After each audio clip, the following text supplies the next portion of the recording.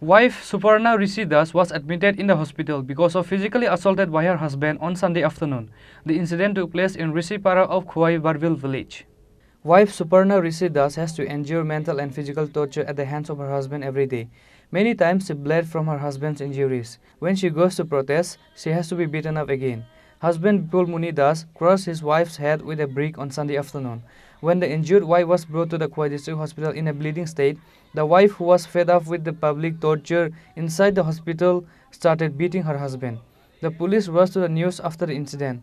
Before the police arrived, Bipul Muni Das, the husband, fled from the hospital premises with a prescription to fetch medicines for his wife.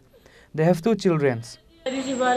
কিতে হইছে আজকে মদ খায় মানুষের নাম দিয়া দিয়া বহে কোন বেড়ালে বলে কিতাব বিলে করি ডেলি মদ খায় মারবো দাও লইব চাকু লইব সত্তা লইব কুড়াল লইব মারতো গায়ে মারবো কাম চাইব হালকা রাত্র মারছে আজকে কিটা করছে আজকে ঈদ দিয়ে যেটা চেঁচা মারছে হাতের পিঠে কামড় মারছে দিল্লি মদ খেয়ে আমার মারবো ধরবো উদ্দাউদি কিটা হের নাম কিটা জামাইয়ের নাম কিটা বিপুল মনি যায় কি করে হে মাংস কাটে মানে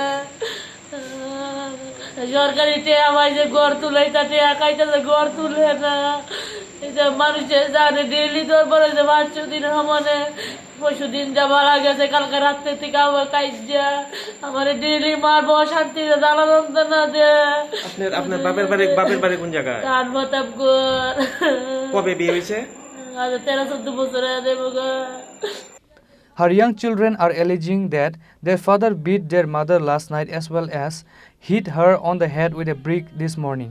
Police said they will investigate the case on this matter. Reported by Biplab from Kuwait, Chini, Khorang.